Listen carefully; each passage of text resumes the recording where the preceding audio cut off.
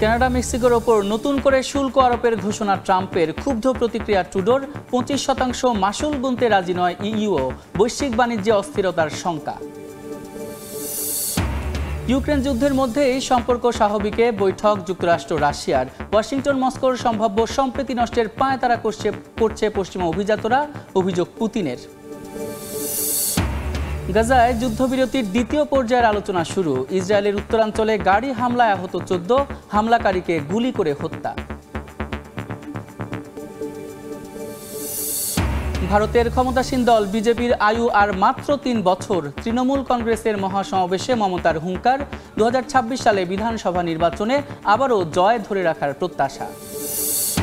এবং পবিত্র রমজান ঘিরে দেশে দেশে নানা প্রস্তুতি, শেষ সময়ের কেনাকাটায় ব্যস্ত মানুষ। লন্ডনের বাজারগুলোতে প্রবাসী বাংলাদেশিদের উপচে পড়া ভিড়।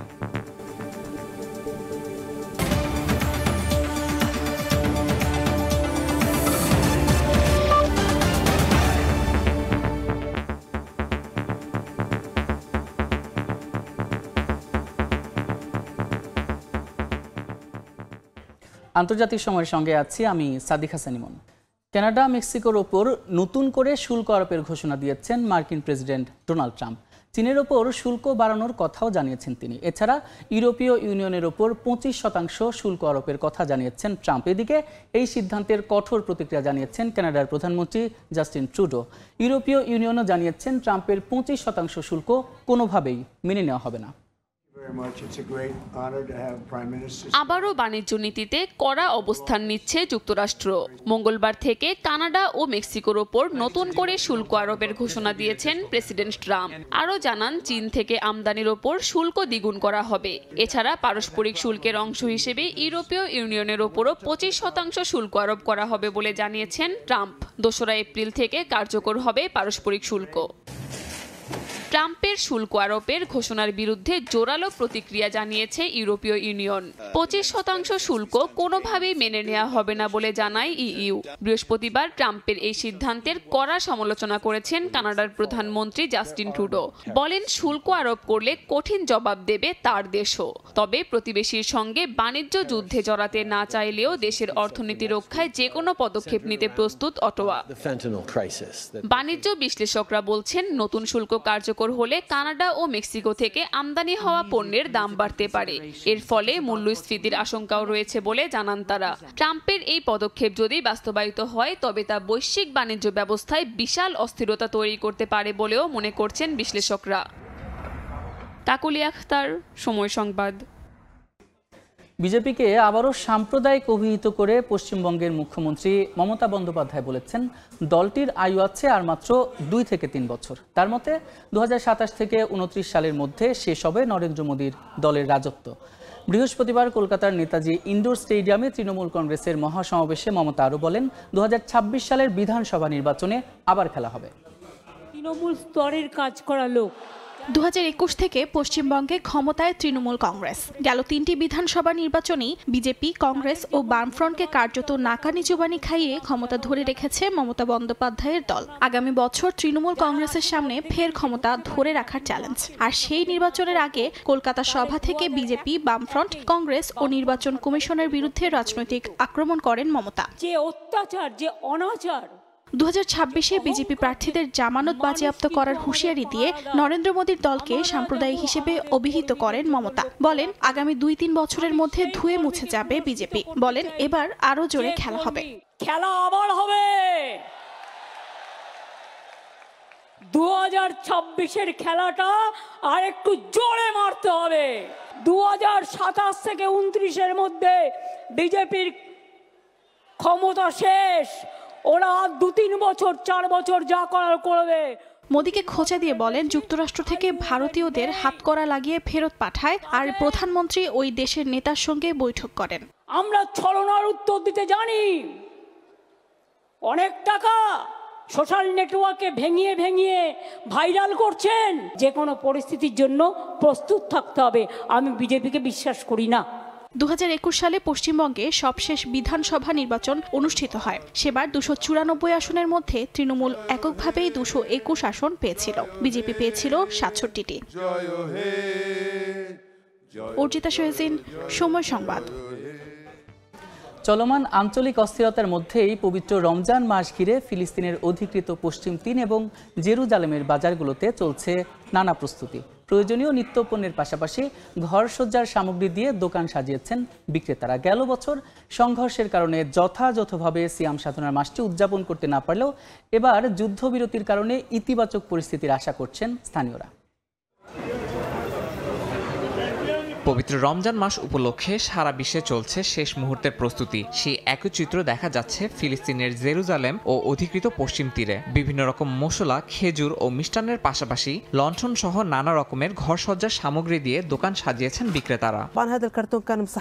আমরা অধীর আগ্রহে রমজানের অপেক্ষায় আছি। আল্লাহ আমাদের এবং সকল মুসলিমকে শান্তি ও সুস্থতা দান করুন। গত বছর সংঘর্ষের কারণে যথাযথভাবে সিয়াম সাধনার মাসটি উদযাপন করতে না পারলেও এবার যুদ্ধবিরতির কারণে ইতিবাচক পরিস্থিতির আশা করছেন স্থানীয়রা। কিন্তু বাজারে তেমন ক্রেতা নেই বলে দাবি ব্যবসায়ীদের। বলছেন যুদ্ধবিরতির মধ্যে ইসরায়েলি সামরিক তৎপরতার জন্যই এই পরিস্থিতি। এদিকে রমজান মাসের প্রস্তুতি হিসেবে বৃষ্টির পানি থেকে নামাজিদের সুরক্ষা দিতে বিশেষ ব্যবস্থা নিয়েছে আল আকসা মসজিদ কর্তৃপক্ষ। ঠান্ডা থেকে বাঁচার জন্য স্থাপনা করা হচ্ছে বিশেষ কভার।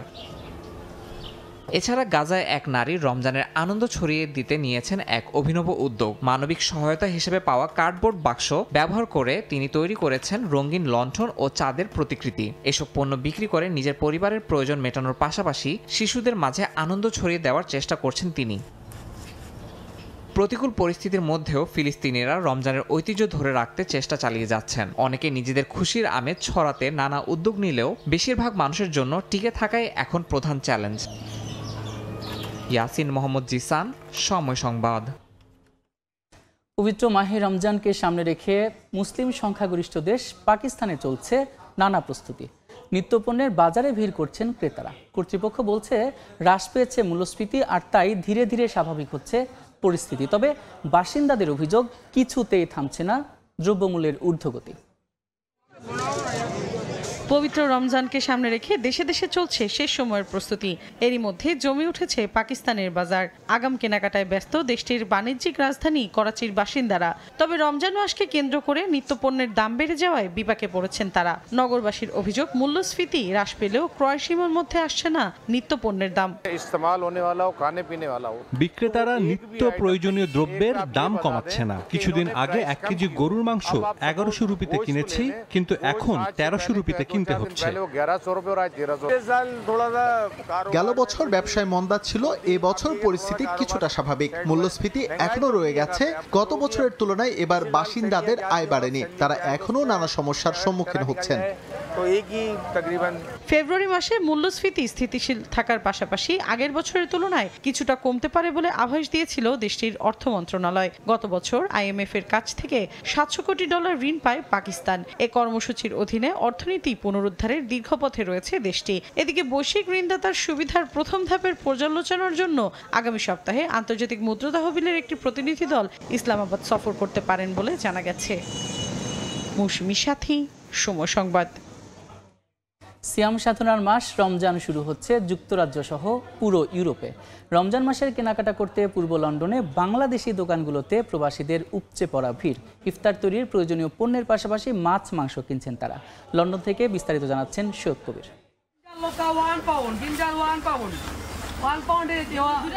এভাবেই হাঁকডাক দিয়ে ক্রেতাদের ডাকছেন পূর্ব লন্ডনের হোয়াইট চ্যাপেলের বাংলাদেশি বিক্রেতারা। বৈশ্বিক অর্থনৈতিক সংকটের প্রভাবে দ্রব্যমূল্যের দাম বাড়লেও বিক্রেতারা চেষ্টা করছেন দাম সহনীয় রাখতে। বেশ কিছু পণ্যে অফার দিতেও দেখা গেছে অনেক দোকানে। সব জিনিসে অফার আছে, স্পেশালি চিকেন, মিট, এবারে ফিশও হলো আছে। এই রমজানের ওসিলায় আমরা সব কিছু প্রোডাক্টে আমরা অফার দিতেছি। রমজানের সহনীয় পর্যায়ে মানুষ এবং গ্রাহকবৃন্দ, কাস্টমাররা যাতে এই ধরনের সস্তায় পায় এই ব্যবস্থা করে থাকেন। এই জন্য আমি ব্রিটিশ বাংলাদেশ চেম্বার অফ কমার্সের পক্ষ থেকে বাংলাদেশি গ্রোসারি তারা যে এথিক্যালি ব্যবসা করতেছেন তাদেরকে ধন্যবাদ জানাই। লন্ডন সহ পাশের শহরগুলো থেকে বাংলাদেশিরা হোয়াইট চ্যাপেলে এসে রমজানের কেনাকাটা করছেন। গেলবারের তুলনায় দাম কিছুটা বেশি হলেও নাগালের বাইরে নয় বলেও জানান তারা। রোজার জন্য বাজার করতে আসলাম। হোয়াইট চ্যাপেলে সবসময় জমজমাট থাকে, খুব ভালো লাগতেছে। এখানে সবকিছু ফ্রেশ পাওয়া যাচ্ছে এবং দামটাও রিজনেবল পর্যায়ে আছে। বাংলাদেশে প্রচুর পরিমাণ সবজি আছে, বিভিন্ন জিনিস আছে, সবগুলো আছে, পাওয়া যায়। দোকানগুলোতে থরে থরে সাজানো রয়েছে বাংলাদেশ থেকে আমদানি করা বিভিন্ন শাকসবজি, মাছ সহ হাজারো পণ্য। রমজানে দেশীয় স্বাদের শাকসবজি ও মাছের প্রতি ক্রেতাদের আকর্ষণ কিছুটা বেশি। রমজান এলে বাংলাদেশের দ্রব্যমূল্যের দাম যেন লাগাম ছোঁয়া হয়, তার উল্টো চিত্র পূর্ব লন্ডনের বাংলাদেশি মালিকানাধীন দোকানগুলোতে। দোকানিরা দিচ্ছেন বাহারি নানা অফার, আর ক্রেতারাও স্বাচ্ছন্দ্যে করছেন রমজানের কেনাকাটা। শোয়েব কবির, সময় সংবাদ, লন্ডন। আসন্ন রমজান উপলক্ষে মালদ্বীপের আর্টিফিশিয়াল বিচে শুরু হচ্ছে 3 দিনব্যাপী রামাদান ফেস্ট। এই অনুষ্ঠানে পর্যটক এবং স্থানীয় ঐতিহ্যবাহী রীতিনীতির সঙ্গে জায়গা করে নিয়েছে বাংলাদেশ সহ বিভিন্ন দেশের সংস্কৃতির অনুষঙ্গ। খন্দকার ওমর ফারুকের তথ্য এবং ছবিতে বিস্তারিত। বিশ্বজুড়ে মুসলমানদের কাছে রমজান মাস সংযম ও রহমতের মাস হিসেবে পরিচিত। তাই বিশ্বের বৃহত্তর মুসলিম দেশগুলোর মতো মালদ্বীপেও নানা উৎসাহ উদ্দীপনার সঙ্গে রমজান মাসকে স্বাগত জানানো হয়। রমজানের উৎসব আর কেনাকাটার সুবিধার্থে দেশটির অধিবাসী ও অবস্থানরত অভিবাসী ভোক্তাদের জন্য কয়েকটি প্রতিষ্ঠানের সমন্বয়ে আয়োজিত হয় রামাদান ফেস্ট। দেশটির ঐতিহ্যবাহী এই অনুষ্ঠানে পর্যটক ও স্থানীয়দের পাশাপাশি জায়গা করে নিয়েছে বাংলাদেশ সহ বিভিন্ন দেশের সংস্কৃতির অনুষজ্ঞ। এতে অংশ নিয়ে রমজানের আগাম শুভেচ্ছা জানান মালের সিটি মেয়র আদম আজিম। দেশটির আর্টিফিশিয়াল বিচে আয়োজিত এই ঐতিহ্যবাহী ফেস্ট শেষ হবে 28 ফেব্রুয়ারি রাত 11টায়। সময় সংবাদ, মালদ্বীপ। ইরানকে দমাতে তেল রপ্তানির পর এবার নতুন করে দেশটির ড্রোন উৎপাদনের সঙ্গে জড়িত চীন হংকংয়ের প্রতিষ্ঠানের ওপর নিষেধাজ্ঞা দিল যুক্তরাষ্ট্র। মার্কিন অর্থ মন্ত্রণালয়ের নিষেধাজ্ঞার পর নিজেদের ভূমি, আকাশ ও নৌপথে নতুন সমরাস্ত্র এবং রণতরী সংযোজনের ঘোষণা দিল তেহরান। ইরানকে চাপে রাখতে দেশটির বিভিন্ন খাতের ওপর একের পর এক নিষেধাজ্ঞা দিয়ে যাচ্ছে ট্রাম্প প্রশাসন। সম্প্রতি তেহরানের তেল রপ্তানির সঙ্গে সংশ্লিষ্ট 30টির বেশি প্রতিষ্ঠানের উপর নিষেধাজ্ঞার পর এবার ড্রোন উৎপাদনের সঙ্গে জড়িত চীন হংকংয়ের 6টি প্রতিষ্ঠানের উপর নিষেধাজ্ঞা দিল মার্কিন অর্থ মন্ত্রণালয়। স্থানীয় সময় বৃহস্পতিবার যুক্তরাষ্ট্রের অর্থমন্ত্রী স্কট ব্যাজেন্টের দপ্তর এক বিবৃতিতে জানায়, প্রতিষ্ঠানগুলো ইরানের 2টি কোম্পানির হয়ে ড্রোনের মূল উপাদান ক্রয় ও সরবরাহের কাজে জড়িত ছিল। এই 2টি কোম্পানি ইরানের ড্রোন ও ব্যালিস্টিক ক্ষেপণাস্ত্র প্রোগ্রামের জন্য গুরুত্বপূর্ণ সরবরাহকারী হিসেবে পরিচিত। এ পদক্ষেপের মাধ্যমে যুক্তরাষ্ট্র ইরানের উপর চাপ বাড়ানোর নীতি অব্যাহত রেখেছে বলে মনে করেন বিশ্লেষকরা। মার্কিন অর্থ মন্ত্রণালয়ের নিষেধাজ্ঞার পর নিজেদের ভূমি, আকাশ ও নৌপথে নতুন সমরাস্ত্র, যুদ্ধবিমান ও রণতরী সংযোজনের ঘোষণা দিয়েছে তেহরান। ইরানের সেনাবাহিনীর গ্রাউন্ড ফোর্সেস নতুন করে সামরিক সরঞ্জাম পেয়েছে, যার মধ্যে রয়েছে ট্যাঙ্ক ট্রান্সপোর্টার, সাঁজোয়া যান ও উন্নত প্রযুক্তির ড্রোন। এছাড়াও ইসলামিক রেভলিউশনারি গার্ডস কর্পস বা আইআরজিসির নৌবাহিনীর কমান্ডার মেজর জেনারেল হোসেন সালামি বলেন, তাদের বিমান প্রতিরক্ষা ক্ষমতা ব্যাপকভাবে বেড়েছে। দেশটির বন্দর আব্বাসে অনুষ্ঠিত এক অনুষ্ঠানে নতুন দেশীয় যুদ্ধজাহাজের উদ্বোধন করা হয়। এই রণতরীটি 300 কিলোমিটার রেঞ্জের ক্ষেপণাস্ত্র বহনে সক্ষম এবং 32 নটিক্যাল মাইল গতিতে চলতে পারবে। মার্কিনদের একের পর এক চাপের মধ্যে এই উন্নয়নগুলো ইরানের সামরিক শক্তির ক্রমবর্ধমান ক্ষমতা ও স্বনির্ভরতার প্রতিফলন বলে মনে করছেন বিশ্লেষকরা। নাদিম মারজান, সময় সংবাদ। ইউরোপের সর্বোচ্চ আগ্নেয়গিরি মাউন্ট এটনায় অগ্ন্যুৎপাত স্থানীয় গাইডদের জন্য হয়ে উঠেছে অভিনব এক সুযোগ। লাভার প্রবাহ থেকে সরাসরি তৈরি করা হচ্ছে স্মারক। আগুনের নদী যেন বয়ে চলেছে মাউন্ট এটনার ঢালে, আকাশ ছুঁয়েছে ধোঁয়ার কুণ্ডলী। এই ভয়াল দৃশ্যের মধ্যেই লাভা সংগ্রহ করছেন আলপাইন এটনার গাইডরা। উদ্দেশ্য স্মারক তৈরি করা। আগ্নেয়গিরির শক্তিকে ভয় না পেয়ে এটনার গাইডরা সেটিকে পরিণত করেছেন স্মৃতিচিহ্নে। প্রকৃতির ভয়ঙ্কর সৌন্দর্য ধরে রাখছেন লাভার তৈরি এই স্মারকে, যা পর্যটকদের কাছে পরিণত হয়েছে আকর্ষণীয় বস্তুতে। বিশেষ সরঞ্জাম দিয়ে লাভা সংগ্রহের পর তা ছাঁচে ঢালা হয়। লাভা শক্ত করার জন্য এটিকে আনা হয় বরফের সংস্পর্শে। নির্দিষ্ট আকারে রূপ দেওয়ার পর পানিতে চুবানো হয় বস্তুর ভঙ্গুরতা কমাতে। আমি আগ্নেয়গিরি গাইড দলের সদস্য। আমরা লাভার অ্যাস্ট্রে ও স্মারক তৈরি করছি। 1999 সালে আমি এটি শিখেছি অভিজ্ঞ গাইডদের কাছ থেকে। চলতি মাসের 11 তারিখ থেকে মাউন্ট এটনার অগ্ন্যুৎপাত শুরু হয়েছে নতুন করে। সতর্কতা জারি করা হয়েছে অঞ্চল জুড়ে। ঝুঁকিপূর্ণ এলাকাগুলোতে নিষেধাজ্ঞা জারি করেছে কর্তৃপক্ষ। কাকলি আখতার, সময় সংবাদ। জাপানে অস্বাভাবিক হারে কমছে জন্মহার। 2023 সালের তুলনায় 2024 সালে জন্মহার 5% কমলেও মৃত্যুর সংখ্যার রেকর্ড 16 লাখে পৌঁছেছে। স্থানীয় সময় বৃহস্পতিবার দেশটির মন্ত্রী পরিষদের সচিব ইয়োশিমাসা হায়াশি এক বিবৃতিতে এ তথ্য জানায়। বলেন, জাপানে প্রতি 2 জনের বেশি মানুষের মৃত্যুর বিপরীতে জন্ম নেয় একজন শিশু। 9 বছরের মধ্যে প্রথমবারের মতো দক্ষিণ কোরিয়ায় জন্মহার বাড়লেও জাপানে দেখা গেছে তার উল্টো চিত্র। গেল বছরের তুলনায় অস্বাভাবিক হারে জাপানে কমেছে জন্মহার। স্থানীয় সময় বৃহস্পতিবার দেশটির মন্ত্রী পরিষদের সচিব ইয়োশিমাসা হায়াশি এক বিবৃতিতে এ তথ্য জানান। বলেন, জাপানে প্রতি 2 জনের বেশি মানুষের মৃত্যুর বিপরীতে একজন শিশু জন্ম নিচ্ছে। আগের বছরের তুলনায় জন্মহার 5% কমেছে। অন্যদিকে মৃত্যুর সংখ্যা রেকর্ড 1.62 মিলিয়নে পৌঁছেছে। দেশটির স্বাস্থ্য মন্ত্রণালয়ের তথ্য অনুযায়ী 2024 সালে মাত্র 7,20,988 শিশুর জন্ম হয়েছে, যা নবম বছরের জন্য ধারাবাহিকভাবে জন্মহার হ্রাসের ইঙ্গিত দেয়। জাপানের এই জন্মহার হ্রাসের পেছনে মূল কারণ হলো বিবাহের সংখ্যা কমে যাওয়া। 2024 সালে বিয়ের সংখ্যা 2.2% বেড়ে 4,99,999-তে পৌঁছেছে, যা আগের বছরের তুলনায় কিছুটা উন্নতি হলেও 2020 সালে বিয়ের সংখ্যা 12.7% হ্রাস পেয়েছিল। অর্থনীতিবিদরা বলছেন এই প্রভাব 2025 সালেও থাকতে পারে। 2023 সালের তথ্য অনুযায়ী জাপানে একজন নারী জীবনে গড়ে 1.2টি সন্তানের জন্ম দেন, যা দক্ষিণ কোরিয়ার 0.75-এর তুলনায় কিছুটা বেশি। তবে বিশেষজ্ঞরা বলছেন, দুটি দেশের মধ্যে সরাসরি তুলনা করা এখনই সম্ভব নয়। উভয় দেশেরই তরুণদের বিবাহ ও সন্তান জন্মদানে উৎসাহিত করতে চাকরির সুযোগ বাড়ানো এবং নারী পুরুষ বৈষম্য দূর করা প্রয়োজন। নাদিম মারজান, সময় সংবাদ। চাঁদে পানির অবস্থান শনাক্ত করতে একটি স্যাটেলাইট উৎক্ষেপণ করেছে যুক্তরাষ্ট্র। চাঁদের পৃষ্ঠে কোথায় পানি রয়েছে তা নিশ্চিত করতে কাজ করবে স্যাটেলাইটটি। চাঁদের পানির উৎস বুঝতে পারলে পৃথিবীর পানির উৎস সম্পর্কেও গুরুত্বপূর্ণ ধারণা পাওয়া যেতে পারে বলে জানিয়েছেন বিজ্ঞানীরা। মহাকাশের অতল গহ্বরে রয়েছে জানা অজানা নানা রহস্য, যার খুঁটিনাটি বের করতে প্রতিনিয়তই চেষ্টা করে চলেছেন বিজ্ঞানীরা। এবার চাঁদে পানির অবস্থান শনাক্ত করার প্রক্রিয়া শুরু করেছেন তারা। স্থানীয় সময় বুধবার যুক্তরাষ্ট্রের ফ্লোরিডা অঙ্গরাজ্য থেকে স্পেসএক্স ফ্যালকন 9 রকেটে করে স্যাটেলাইট উৎক্ষেপণ করা হয়, যা চাঁদের পৃষ্ঠে কোথায় পানি রয়েছে তা শনাক্ত করার জন্য কাজ করবে। চাঁদের মেরুর স্থায়ী ছায়াযুক্ত গহ্বরে পানির অবস্থান শনাক্ত করার চেষ্টা করবে স্যাটেলাইটটি। নাসার লুনার ট্রেল ব্লেজার অরবিটার বহনকারী স্পেসএক্স ফ্যালকন 9 রকেটটি কেনেডি স্পেস সেন্টার থেকে উৎক্ষেপণ করা হয়। স্যাটেলাইটটি মহাকাশে চাঁদের পৃষ্ঠের একটি ধারাবাহিক মানচিত্র তৈরি করবে, যা পানির অবস্থান নিশ্চিত করতে সহায়তা করবে। তবে চাঁদে কিভাবে পানি পৌঁছেছে তা নিয়ে আছে বিতর্ক। বিভিন্ন ধূমকেতু ও গ্রহাণুর সংঘর্ষের মাধ্যমে বরফ চাঁদে এসেছে, অথবা সৌরজগতের হাইড্রোজেন চাঁদের পৃষ্ঠের সাথে বিক্রিয়া করে পানির অণু তৈরি করেছে বলে ধারণা বিজ্ঞানীদের। চাঁদের পানির উৎস বুঝতে পারলে পৃথিবীর পানির উৎস সম্পর্কেও গুরুত্বপূর্ণ ধারণা পাওয়া যেতে পারে বলে জানিয়েছে তারা।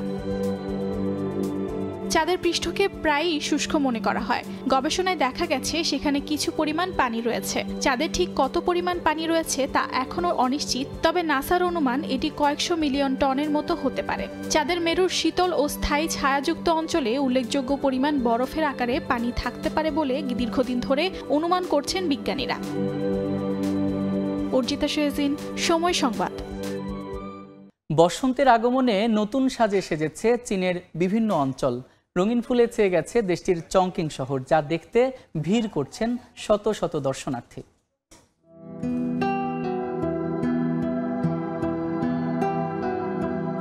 প্রথম দেখায় মনে হতে পারে এ যেন কোনো রূপকথার জগতের দৃশ্য কিংবা শিল্পীর রং তুলিতে আঁকা ক্যানভাস। পুরো এলাকা যেন গোলাপি ফুলের সমারোহে ভরে উঠেছে। ফুলে ঘেরা বাগানের ভেতর দিয়ে ট্রেন চলাচলের এমন দৃশ্য চীনের চংকিং শহরের। স্থানীয় সময় মঙ্গলবার রেল লাইনের চারপাশে সদ্য ফোটা ফুলের এমন মনোরম দৃশ্য দেখা যায়। দর্শনার্থীরা ট্রেনে চেপে আশেপাশের সৌন্দর্য উপভোগ করতে ব্যস্ত।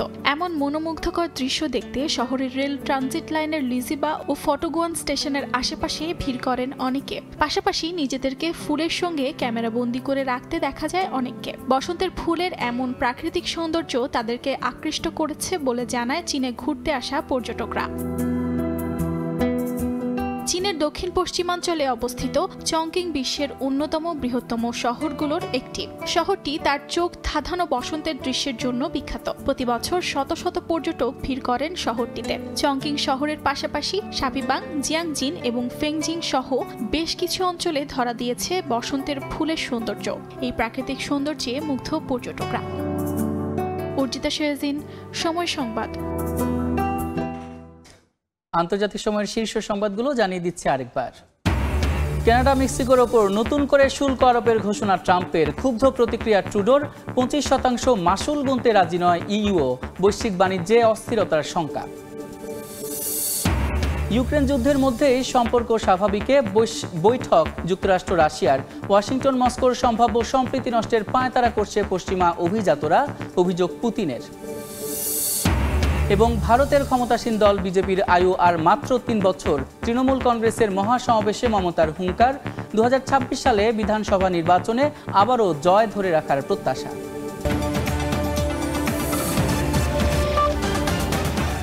এই ছিল আন্তর্জাতিক সময়। সঙ্গে থাকুন সময়ের।